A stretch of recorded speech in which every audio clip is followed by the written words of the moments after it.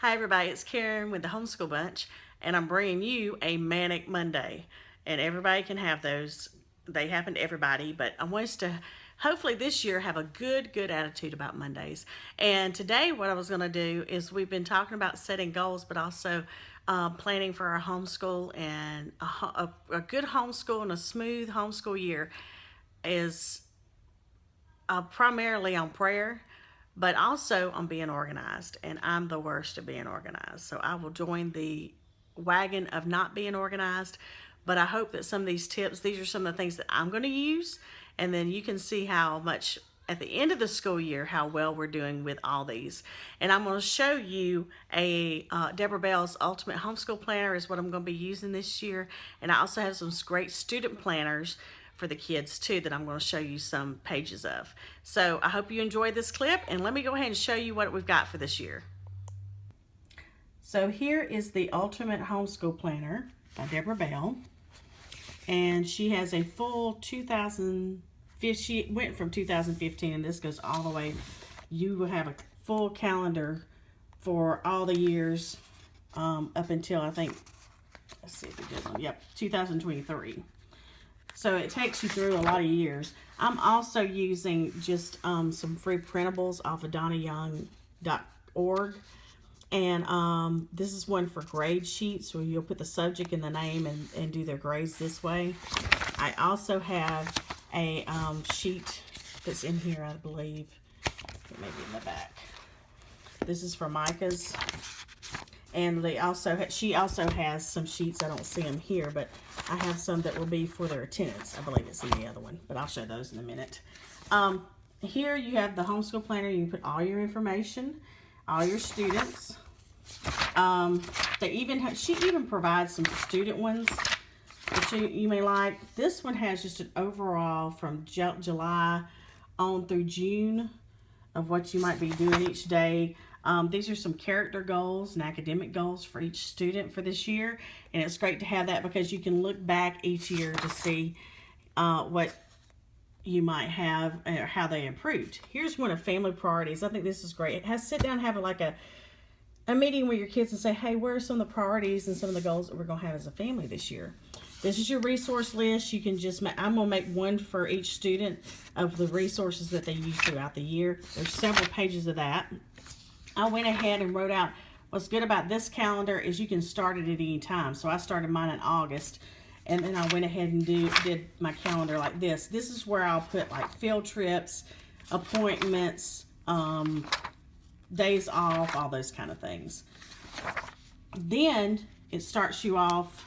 She has a weekly planner, and what it'll do, we're going to be starting on the 22nd, and I was going to wait to go ahead and write down my plans for this one.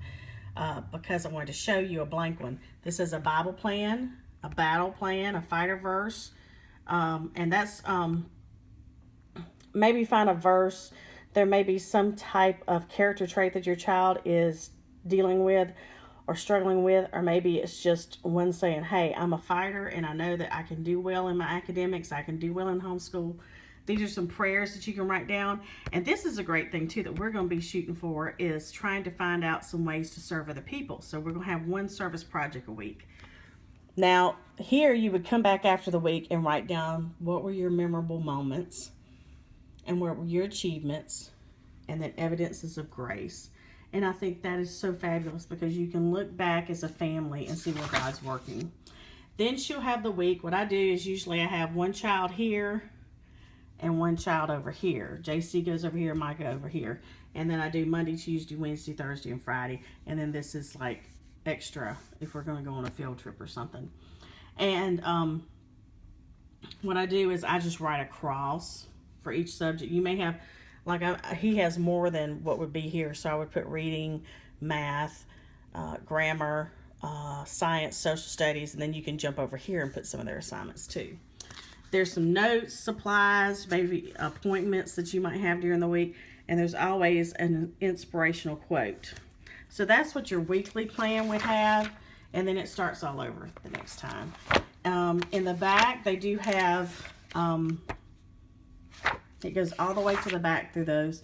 You have like a reading list that you can keep up with, and it's neat to keep a list of what they read throughout the year, and then you come out and go, wow, look how many books you've read. Also, they have field trips, outside activities where you can document those. I love that. We're going to do a lot of those. And then she just has some teaching tips in the back, some different ideas of how to kick off your year. What are some field trip ideas? What are some tips for homeschoolers? What I wish I'd known about homeschooling. She has an article on that. So it's just great because Debra Bell is one of the utmost experts when it comes to homeschooling. She does learning styles back here and thinking styles, which I love. The type A, type B, type C, and type D. And then you can kind of do an evaluation. This is Bloom's Taxonomy of Thinking Skills. If anybody has ever majored in education, you've had to learn these. In knowledge is where they just memorize things. Comprehension, they understand what they're doing. Application, they can actually practice or perform whatever you're trying to teach them. And analysis, they can break it down and compare it. And evaluation, they can support their opinions. So you're shooting for, whenever you're teaching, application, analysis, and evaluation, and synthesis too, where they come up with their own ideas. We want to raise a generation of kids that can think on their own. So that's a little bit of look of that one. Next, let me show you my student planner.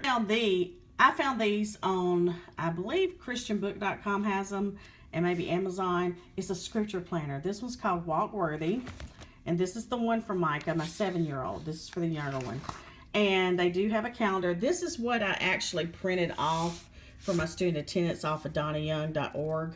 And it's where I can just circle the days that he was there. I'll have an X if we were sick. I'll have some kind of notation about all that. But this just starts them off. This was in July. We won't start until August. I'll go to the August one. They do have them numbered. So like we would start on August 22nd, I mean. And it has a verse at the top. It has each day. What you can do is just write out what their assignments are. You can put part of them here, part of them here. And they can go through and just maybe do a little check off what they had to do. And it's kind of helps them to organize too.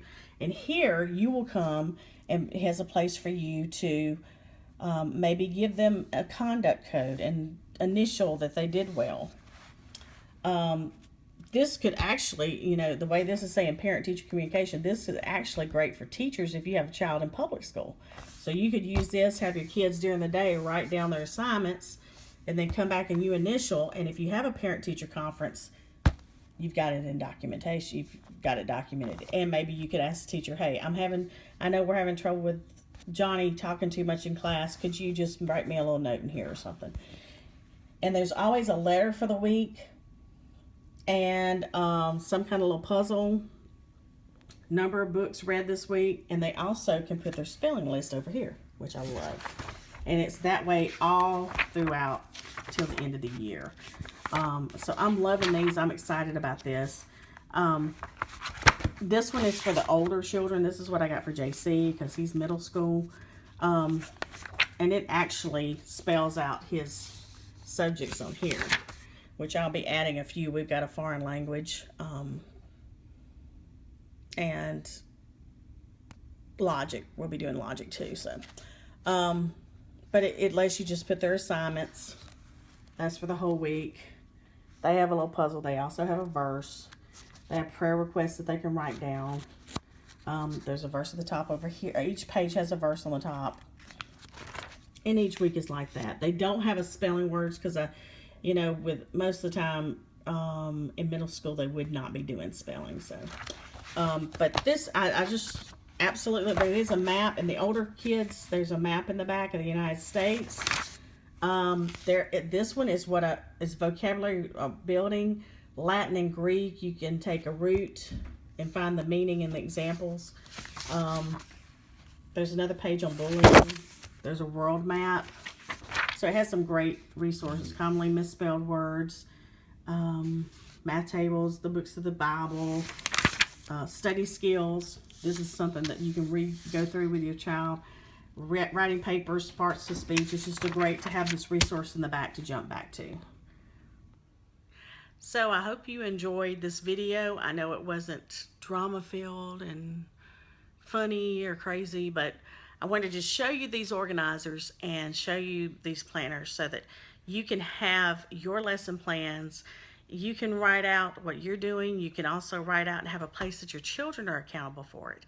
And that's what I love about having the student planners, is that they can learn to start organizing at an early age and not become adults and not have any idea what to do. So I hope you have a great week. I hope that your Monday was blessed, and stay awesome. Thanks a bunch. Subscribe, like, and continue to tune into our videos. If you have a homeschool channel, please let me know, comment below, and we'd love to follow you and catch your videos too. Thanks a bunch, and stay awesome.